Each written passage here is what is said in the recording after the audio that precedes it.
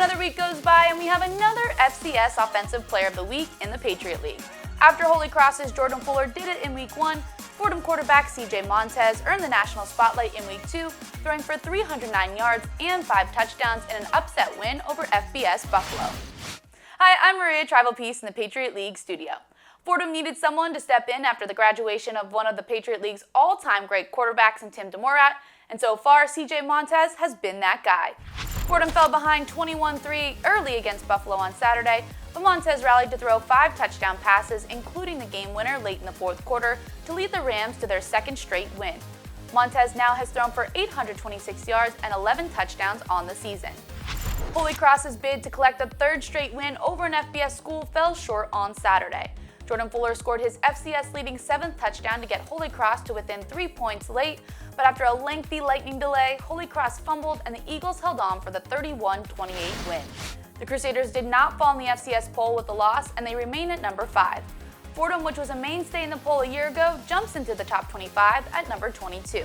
Bucknell quarterback Ralph Rucker threw a touchdown pass early to Damian Harris to give the Bison a 7-0 lead over VMI, and his touchdown pass in the fourth quarter gave them the lead for good.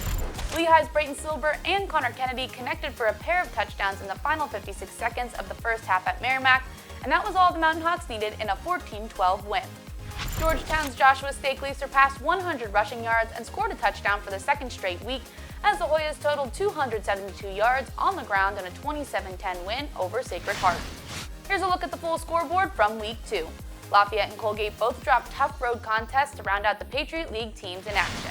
Only 5 schools take the field in Week 3, including 4 matchups against Ivy League opponents.